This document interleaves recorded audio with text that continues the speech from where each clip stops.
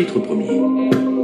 Jude, serviteur de Jésus-Christ, frère de Jacques, à ceux qui ont été appelés, qui sont aimés en Dieu le Père et gardés pour Jésus-Christ.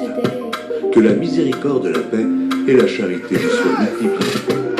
Bien-aimés, comme je désirais vivement vous écrire au sujet de notre salut commun, je me suis senti obligé de le faire afin de vous exhorter à combattre pour la foi qui a été transmise aux saints une fois pour toutes.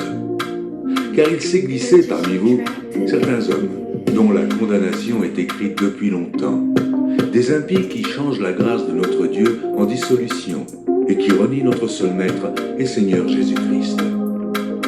Je veux vous rappeler, à vous qui savez fort bien toutes ces choses, que le Seigneur, après avoir sauvé le peuple et l'avoir tiré du pays d'Égypte, fit ensuite périr les incrédules, qu'il a réservés pour le jugement du grand jour, enchaînés éternellement par les ténèbres. Les anges qui n'ont pas gardé leur dignité, mais qui ont abandonné leur propre demeure. Que Sodome et Gomorrhe et les villes voisines qui se livrèrent comme eux à l'impudicité et à des vices contre nature sont donnés en exemple, subissant la peine d'un feu éternel.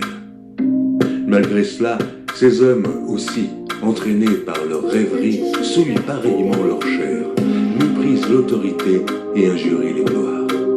Or, l'archange Michel, lorsqu'il contestait avec le diable et disputait le corps de Moïse, n'osa pas porter contre lui un jugement injurieux, mais il dit « Que le Seigneur te réprime ».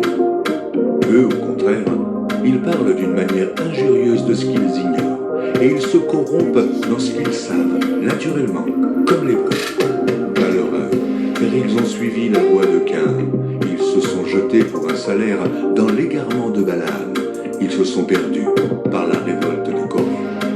Ce sont des écueils dans vos agapes, faisant imprudemment bonne chère, se repaissant eux-mêmes. Ce sont des nuées sales, poussées par les vents, des arbres d'automne sans fruits, 2 fois morts, déracinés, des vagues furieuses de la mer, rejetant l'écume de leur impureté, des astres errants auxquels l'obscurité des ténèbres est réservée pour l'éternité.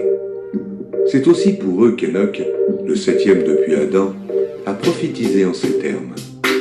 Voici, le Seigneur est venu avec ses saintes myriades pour exercer un jugement contre tous et pour faire rendre compte à tous les impies parmi eux de tous les actes d'impiété qu'ils ont commis et de toutes les paroles injurieuses qu'ont proférées contre lui des pécheurs impies.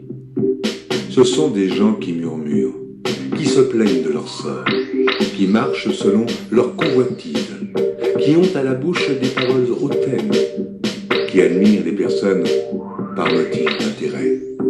Mais vous, bien-aimés, souvenez-vous des choses annoncées d'avance par les apôtres de notre Seigneur Jésus-Christ. Ils vous disaient qu'au dernier temps, il y aurait des moqueurs, marchant selon leur convoitise impie.